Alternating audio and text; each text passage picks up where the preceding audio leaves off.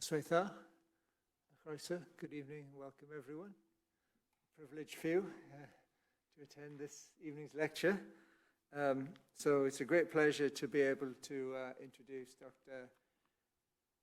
Yulia Shenderovich, who is a senior lecturer at the Wolfson Center for Young People's Mental Health. And Yulia is also a member of Decipher, which is the Center for Development, Evaluation, Complexity and Implementation in Public Health Improvement. Quite a mouthful.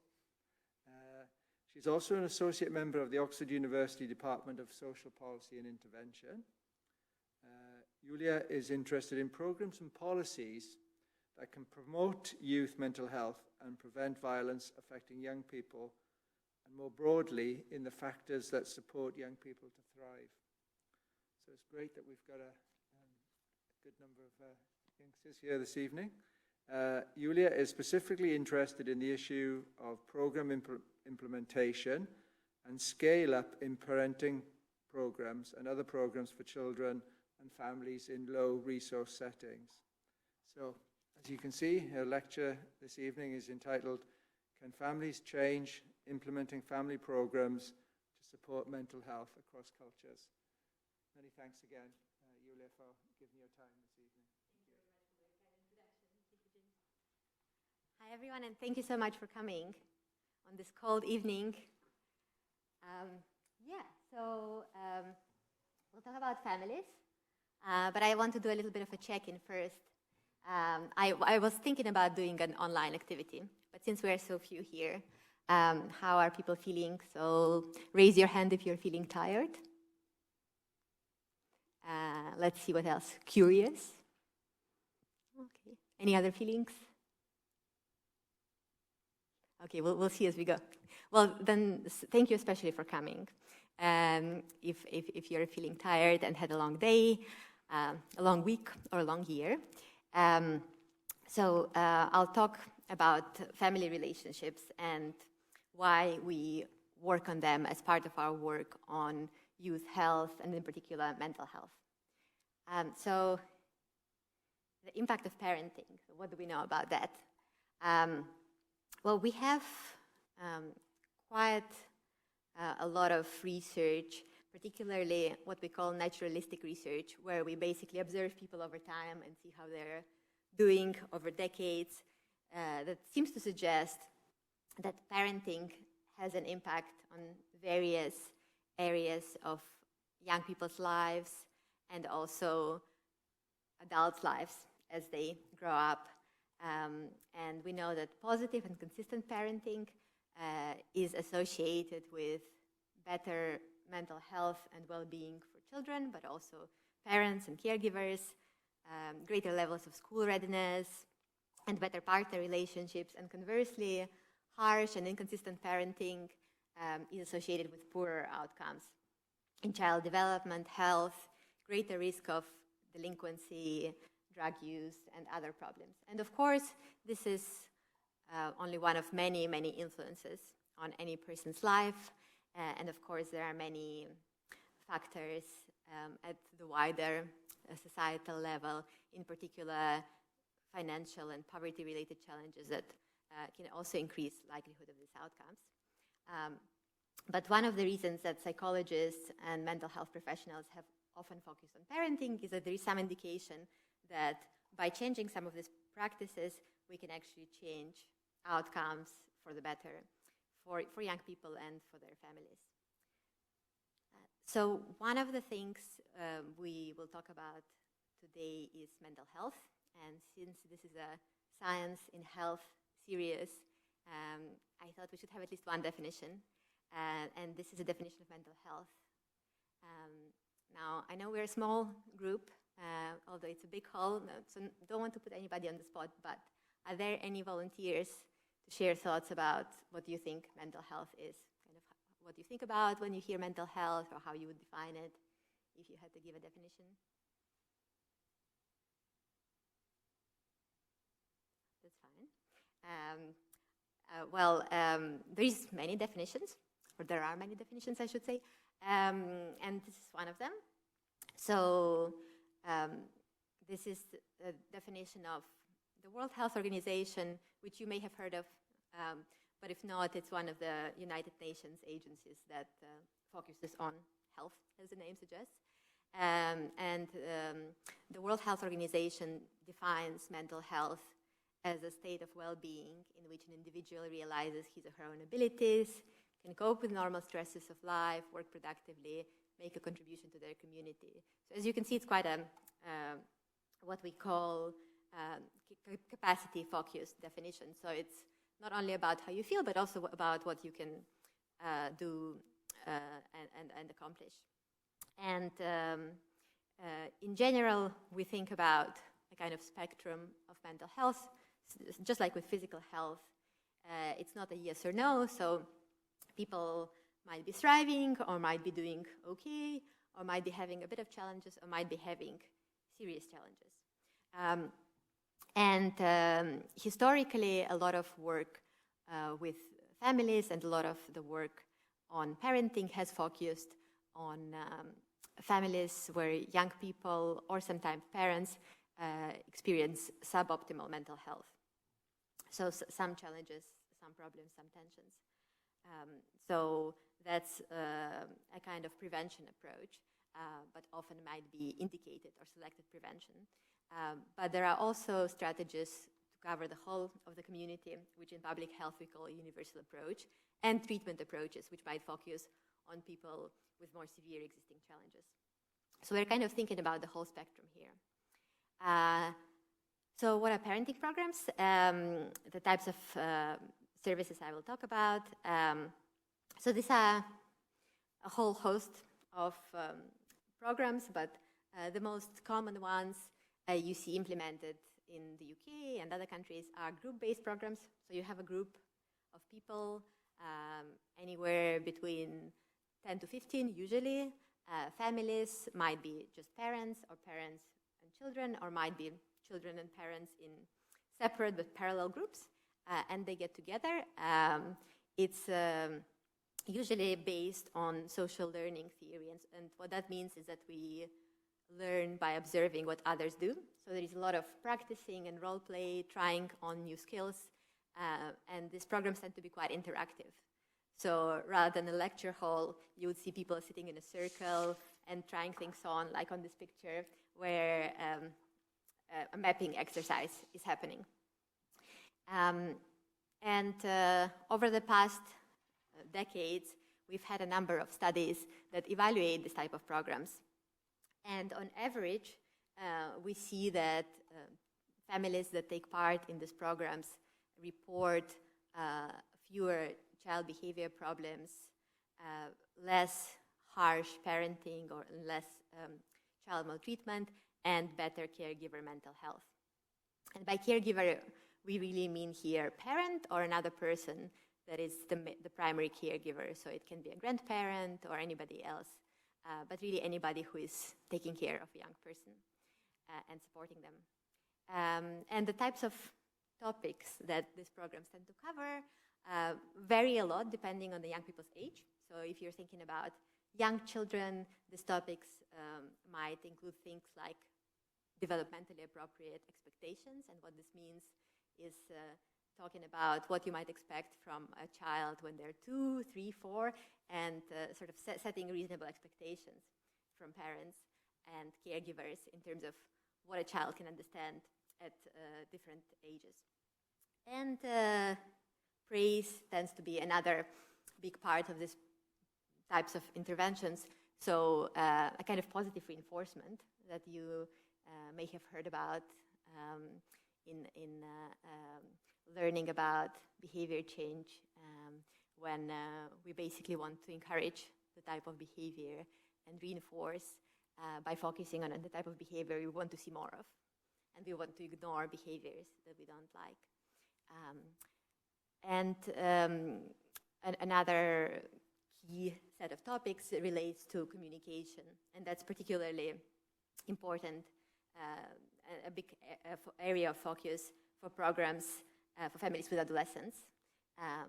So communicating about difficult things, communicating about relationships, or in many contexts we work in like South Africa, communicating about dangers in the community, but basically practicing talking about things that aren't always easy to talk about, but are important and might otherwise cause conflict and unresolved problems. And one of the questions that usually comes up when we think about something like parenting, when we think about any social process in different places, are cultural differences. So how does this work in different places with people of different backgrounds? So what do we know about this in respect to parenting and parenting programs? Meta-analysis, which are basically summaries of lots of individual studies, generally speaking, so far, from what we know, tend to suggest that a lot of these relationships that I mentioned at the beginning between how parents interact with young people and young people's well-being seem to be similar across contexts. It's by no means universal, but there are certain patterns we see. Like, for instance, we see that, generally speaking, physical punishment seems to be associated with worse outcomes for young people on average. It's also important to say here that, like for so many other topics, and certainly topics in psychology or social science, I think a lot of research historically has been not really representative of the world population. So a lot of research has been conducted in US, in UK, in other high-income countries, often primarily with white and not ethnically diverse populations, and very little research has been conducted in many parts of the world. So often, historically, a lot of our conclusions would be based on what are representatives of a small part of the world population, but increasingly we are seeing a lot of studies, both observational studies, so where we kind of observe how things happen in a naturalistic environment. For instance, we follow people over time to see what happens to them as their lives go on, and also intervention studies, where we deliver a program or a service and see what happens to people who receive it and people who don't receive it.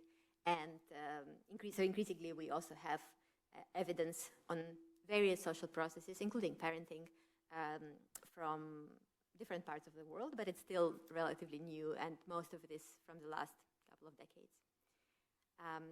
And that's what we mean by evaluations in the global south. So often you'll see this referring to a lot of low and middle income countries, many of which are in South Hemisphere, although all of its definitions are problematic in different ways, but basically what we mean are kind of countries outside of North America and Western Europe, primarily. Social interventions, such as parenting programs and other family support programs, can be evaluated in different ways, and one of the ways we evaluate them is through randomized control trials. Has anybody heard of them? Control trials? No. So, what it really means is a little bit like a lottery with just two outcomes in the simplest scenario. So you have somebody who walks into the door and you flip a coin, and if you get one side of the coin, they get a service A, and if you get the other side of the coin, they get service B. In practice, it's more complicated, but that's kind of the general idea. And if you have enough people, by chance, the groups of people in section A and section B will be similar enough to each other so that you can try and attribute any differences between them later on to the effect of your program. Again, unfortunately, in practice, it's not as straightforward, but that's the general idea of randomized evaluation, and it's one of the ways we try and get at what we call a counterfactual. So we think about what would have happened without this service. And with parenting programs and other family support programs, we have some evidence also from these types of evaluations as well as others. A couple of years ago, a few colleagues have actually compared programs in countries where they were developed and countries where they were adapted, or what we sometimes call transported. And actually found that from what we could tell, the effects on families were quite similar between contexts where a program was first developed and contexts where they were transported, even without changing a lot of the program. So that also gives us some indication that programs might not need to be changed a whole lot to continue to be as effective as they were first developed to be and evaluated to be. But like with any field of study, especially a relatively new one, there are a lot of questions that limit how confident we are about what we know. And one of them, and that's again true for many types of interventions, is we're still learning about how to evaluate programs once they go to scale. So we often have better methods to evaluate something when it's a pilot and when it's relatively small, but it often becomes more difficult to know how a service is implemented once it's delivered at a large scale, and to what extent it actually continues to be the same program, or to what extent it changes as the people delivering it get new experiences, different families come through the door, circumstances change, and that's often much harder to evaluate because reality is messy, but it's something that's really important if we want to know about how programs and services actually work in practice. We also often don't know, when we evaluate a program, most of the methods we have can tell us something about how the program works as a whole. And you might have, for something like a parenting intervention, a program that lasts anywhere between a month and a half to 3 months of weekly meetings. So it's relatively long. So you maybe have a weekly session of 2 to 3 hours times 14 weeks. But we don't necessarily know how each topic contributes to any overall impact we see. And there are some methods to get at that, but we are still exploring this as a field. And also a lot of these programs, as I mentioned, can be implemented with families where young people are of different ages, and a lot of them have focused on babies and toddlers. And we are now learning about whether they can work as well. And there haven't been as many studies of families with adolescents and adolescents participating in these types of programs. And by adolescent here, we mean anybody between 10 and 19, maybe including some of you in the upper bracket. I didn't know I was still an adolescent when I was 19. I don't think I would have believed anybody if they told me. Well, that's just a definition, and of course, services will often target a narrower age group because there is a lot of difference between 10 and 19.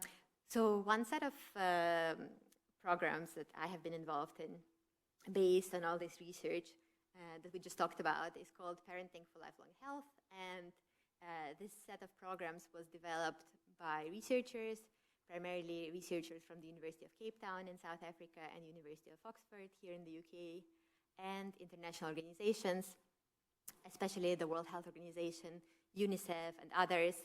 And the idea was to develop an open access, low-cost intervention. And what we mean by open access is that a lot of things, including a lot of psychosocial programs, are copyrighted and sometimes quite expensive.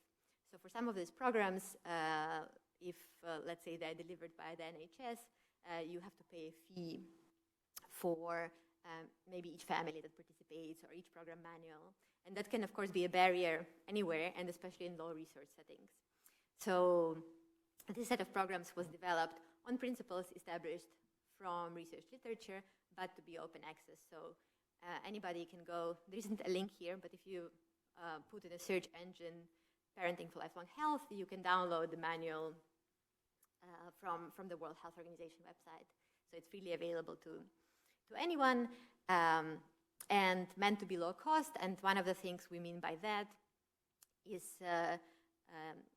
designing programs not to use any expensive equipment, and also designing programs to be set up in a way that they can be delivered by staff that, or volunteers for that matter, by people who are not necessarily professionals, not clinical psychologists or other types of professionals that require a lot of money and time to train, but actually community members, community health workers and teachers and different types of people. So basically programs that don't require a lot of prior knowledge. So with this set of interventions, we've, as a group, they have been evaluated in 10 randomized control trials, the type of study we just talked about earlier, in South Africa, in South America and South Asia. You'll see there are many trials in South Africa because that's where the programs were first developed. And overall, the studies have found that these types of parenting programs or family-based programs, the Parenting for Lifelong Health set of interventions, were effective in terms of improving the relationship between young person and their caregiver, and improving child behavior, and hi, welcome, please come in, and reducing mental health challenges, so things like stress and depression symptoms, particularly among caregivers, so parents.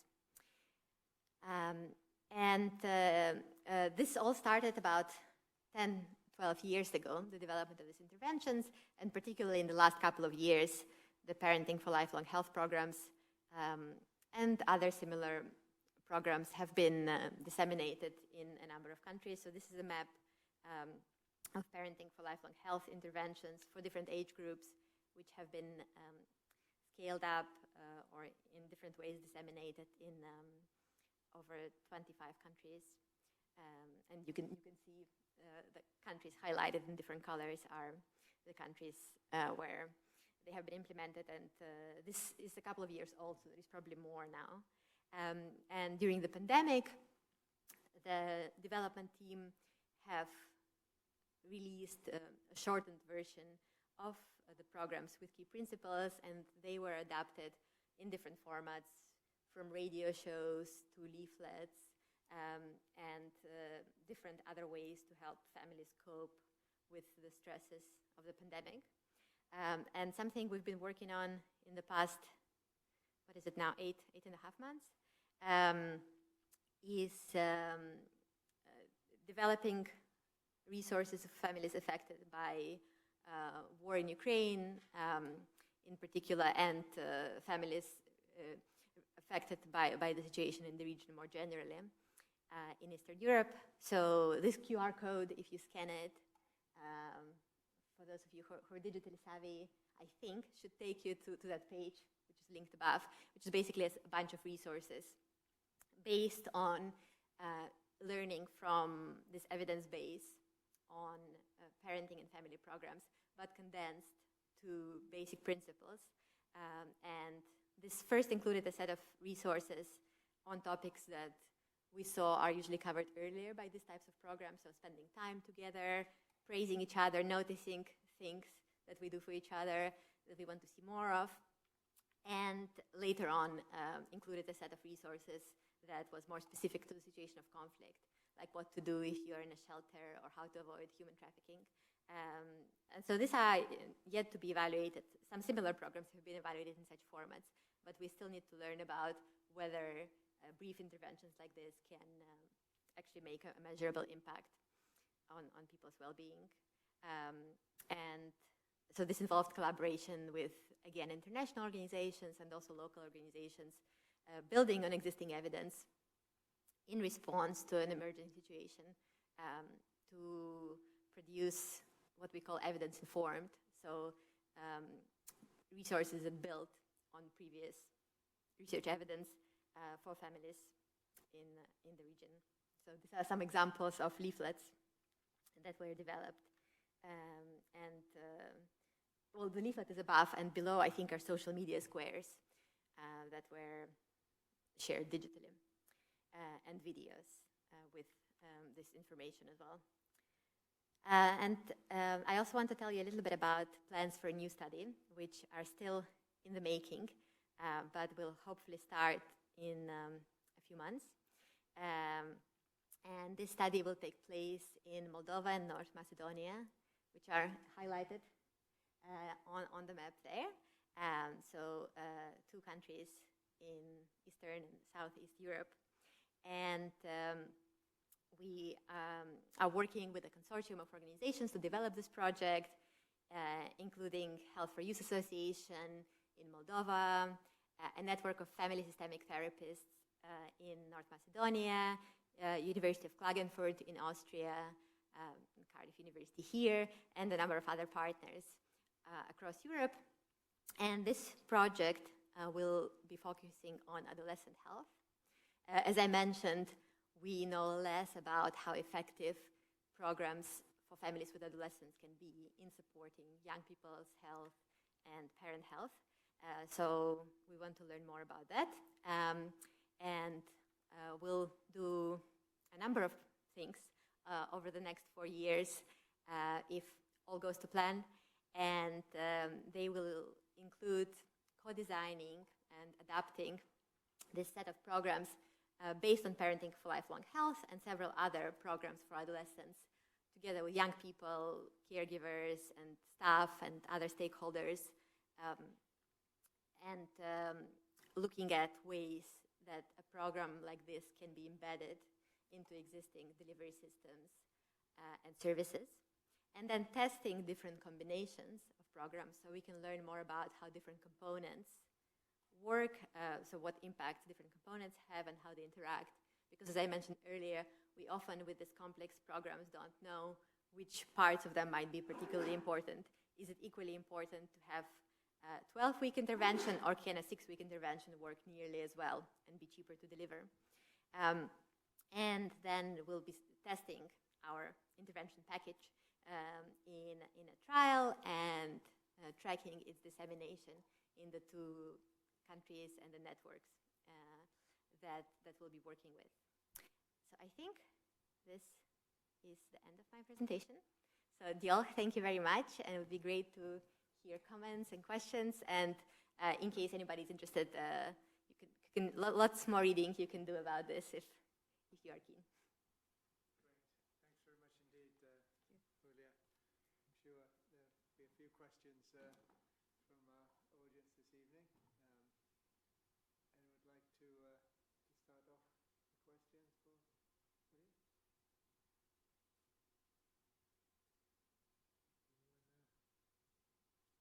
Bring Put eyes. a hand up. So Yulia, going back to your earlier slides, can you just tell us a little bit more about the practicalities of how good parenting is provided as a model for these families? How does it work in practice? Yeah, that's a really good question. Thank you, James. I think, well, again, there are different types of interventions, but for instance, the programs I talked about, the Parenting for Lifelong Health programs, they are usually group-based programs, and there is a lot of hands-on activities, so a lot of interaction. One of the tools they use a lot are role plays. So you'll have scenarios that the participants are encouraged to play out and sort of try for themselves, and then think about, okay, this didn't go well, so how could you address the situation differently? So you basically have observers who provide the... Yeah, and the observers will be other parents or adolescents themselves. Right. Yeah. You'll usually have facilitators who guide the group. Yes. And these interventions tend to be manualized. So you'll have a manual and you'll have facilitators who may be lay health workers, but after some training, a week or 2 of training, will be following the manual, so steering the discussion and the group into specific areas that are based on research evidence. And steering the discussion and encouraging participants in the group to practice the things they learn. So for instance, when you talk about praise, you will ask people to pair up with their neighbors or their family member, they're in the room, and think of one thing they can praise the other person for that they did in the past week, for example. So this is really a lot of practice, which is something we know from a lot of behavioral science research seems to be important in terms of any new behavior that we need to practice it. I guess part of the problem is that children get orphaned, and so they have no experience of what good parent is when they become parents themselves. Is that kind of, it's a vicious cycle then? Is that? Yeah, I mean, there's a lot of intergenerational, like I think that's very natural and kind of well understood. That I mean, a lot of things we do are things we have experienced ourselves, there's definitely, I think, a lot of use of programs like this in foster care families, for instance. Also in terms of supporting transition and forming secure attachments, which is another kind of theoretical underpinning of these programs, is that it seems to be quite important that you have secure attachment, which basically means that you feel confident as a young person that your parent cares about you, or whether it's biological parent or another adult, it doesn't really matter, but basically that you feel confident in that relationship. So that's another thing that might be especially important in situation of family separation or orphanhood. And a lot of settings where these families have been, these programs have been tested, like South Africa, do have unfortunately quite a high percentage of orphanhood because of the HIV exactly, and also labor migration. And that's one of the many ways, of course, in which poverty and socioeconomic disadvantage come into this.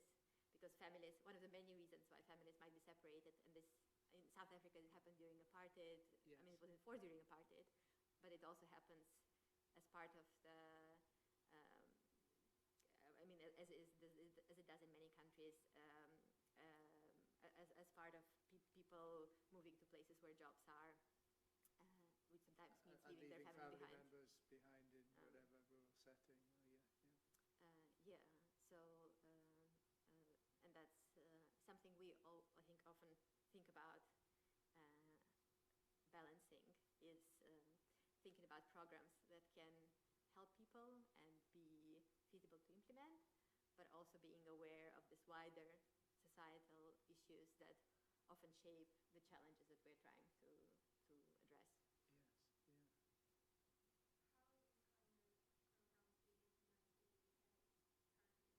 Great question. Which I did think about preparing for, but I haven't necessarily, because a lot of my work is outside the UK. So I'll tell you what I know, but it may not be comprehensive and most up to date. I think of course, the favorite academic answer to everything is it depends. So I think it does vary by areas.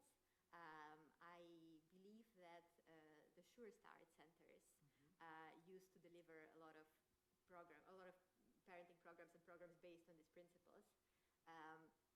So my understanding is that the provision was actually much more extensive some time ago, and then with cuts to public services, I think there were things like the National Parenting Academy in England that was set up in the late 1990s and early 2000s, and then was no longer funded. So in some ways, I think there was regress rather than progress from what I understand from my colleagues. But I think there are services like this. I mean, I've seen posters sometimes in schools or NHS services that are offered. I think, again, depending on the area, and also I think charity organizations that offer this. And I believe in Wales, actually, there has been some additional funding for these types of services recently in conjunction, I think, with the introduction of the corporal punishment ban. That charity organizations have received additional funding to provide this type of support for families. But as far as I know, it's not universal, especially for older people and for young people who are not babies. Of course, there is home visiting and other services for very small children.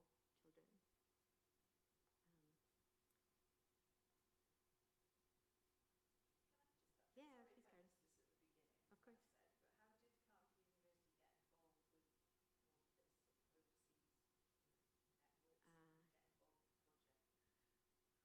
It's a good question. I mean, I think from my perspective, it is something that I've been involved with over the past decade, and having come to Cardiff University a couple of years ago, it's something that I've continued working on. But I think there are a lot of links, and something we are increasingly building on is thinking about the expertise we have within Cardiff University and opportunities to extend it. So, for instance, this is not actually specifically related to parenting, but wider issues of stress and trauma. We were approached, kind of following up on the work on parenting by an organization in Ukraine that was looking for some training on working with post-traumatic stress disorder.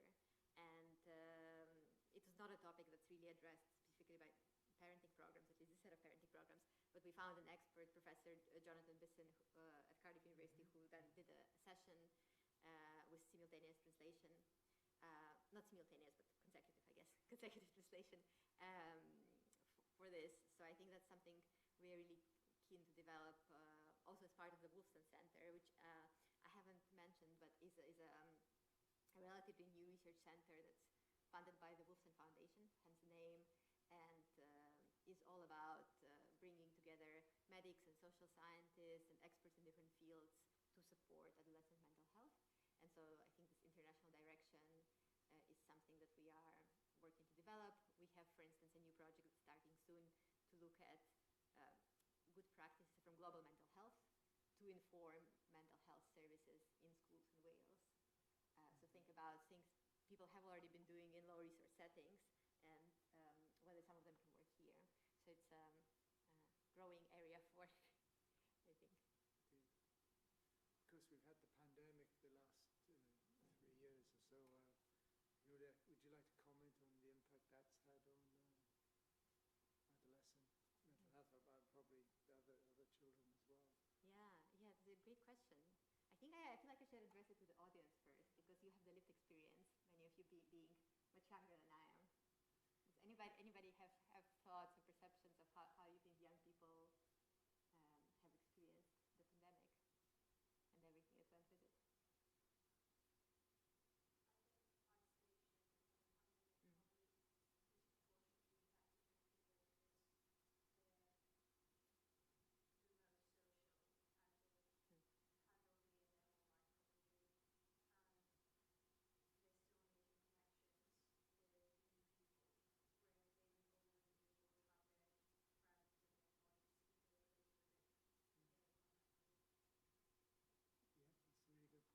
Yeah, and thank you very much for having the courage also to comment. I mean, I think there's a lot of research to support this.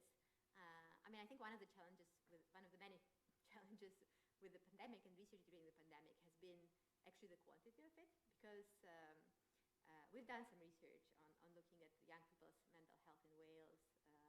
My colleagues who run the School Health Research Network here in Wales, and this was probably a year ago, and even then reviewing just the sheer number of studies looking at the association between the pandemic and young people's mental health was quite overwhelming.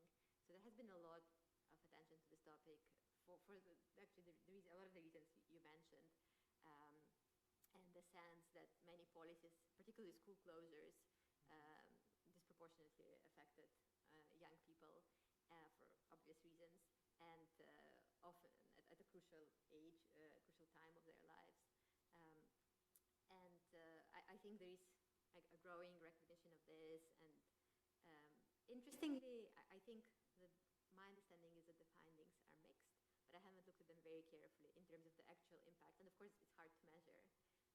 One of the reasons being that we don't always have the data beforehand. There is also some indication before the pandemic that's comparable to after.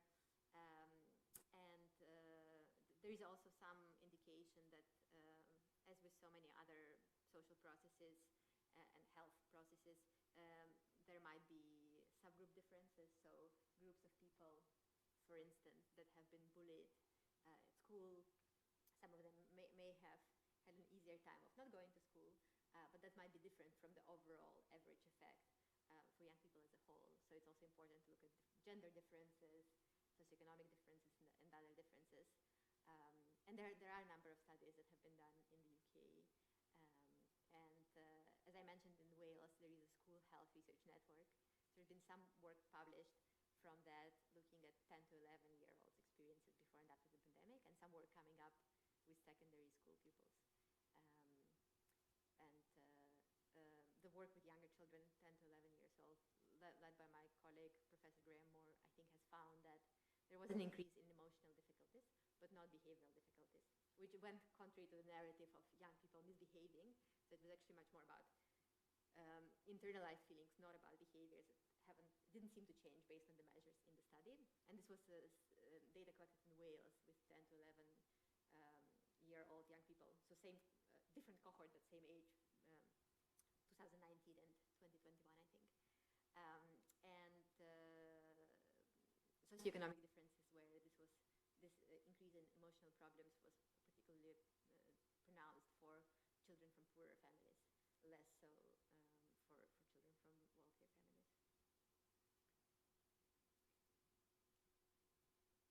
Are there particular challenges in setting up randomized controlled trials for these kind of programs? Can you maybe shed some light on that for us? Of course, yes. I mean, I think there are many challenges. If anybody is interested in this, there's a book with a very memorable title called "Failing in Field," which has lots of really interesting stories. And it's also very valuable because, of course, most of the time we don't hear about challenges of most pursuits. We only hear about how things work well. So yeah, I think, I mean, depending on the context of time, there are, of course, the usual challenges of running any project, the kind of, logistical challenges, the challenges of communicating research to population.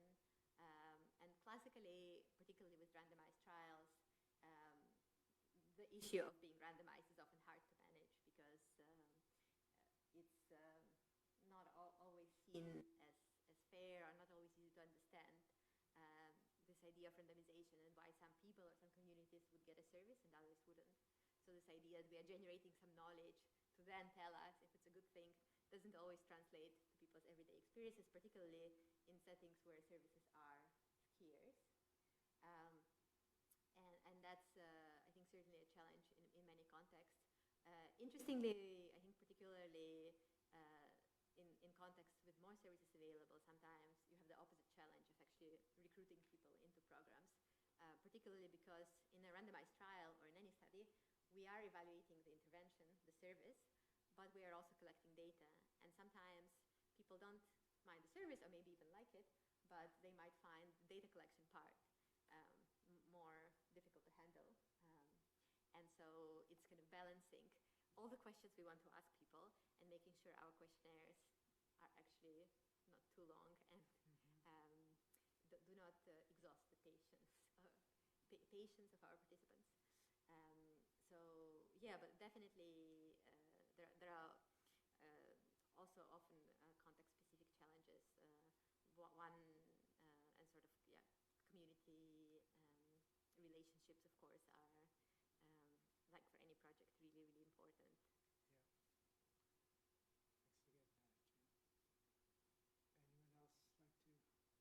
Yeah. Thanks again, Jane. Anyone else like to ask anything of this evening's speaker? No?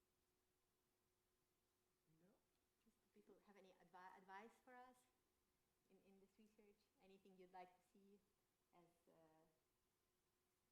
being adolescents yourself not so long ago for some of you, or being family members, or being parents?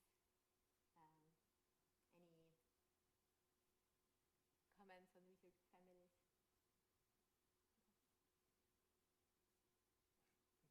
You give them food for thought, I think. Really. Well, I wish we had more more of an audience for you this evening, but I think those of us who have been present this evening feel, I'm sure, like I do, very privileged to have heard a really very special lecture from you this evening, Julia, and we wish you very great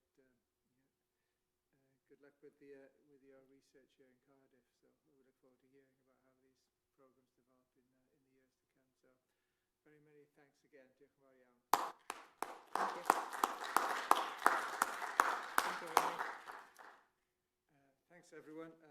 We now have a break over the Christmas period before we return on Thursday, the 19th of January, with a lecture to be given jointly by Professor Arwen Galamo and Lorenzo Capitani on cancer immunotherapy, significant breakthrough or unrealized potential. So that's Thursday, the 19th of January. So hope to see you again next month.